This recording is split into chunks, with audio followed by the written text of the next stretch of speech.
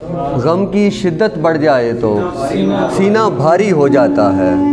ऐसे में एक नेमत है जो गिरिया तारी हो जाता है। जाने क्या मकसूद था रब का करबो बला में, वरना बच्चे एड़ियां रगड़े तो सहरा में चश्मा जारी हो जाता है। कासिमे बहरे अलूमे मुस्तफ़ा मौला अली, वाकिफ़े असरारे महबूबे खुदा मौला अली। ये है वो अल्फाज है जिनकी सनद नुत्के रसूल, इसलिए हम कह रहे हैं बरमला मौला अली। मैं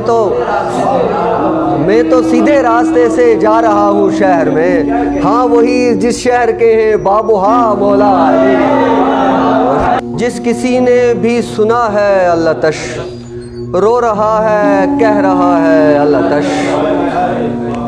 कौन कहता है कि प्यासे थे हुसैन, कब समुंदर ने कहा है अल्लाह तश।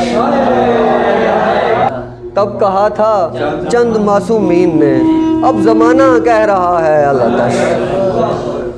करबला की समत इसको भेज दो, इश्क ने पूछा है क्या है अल्लाह तश। वाक़याते करबला पढ़ के मुझे इसमें आज़म मिल गया है अल्लाह तश। है मुझे निस्बत 72 से जमाल, हाँ वही जो सिलसिला है अल्लाह तश।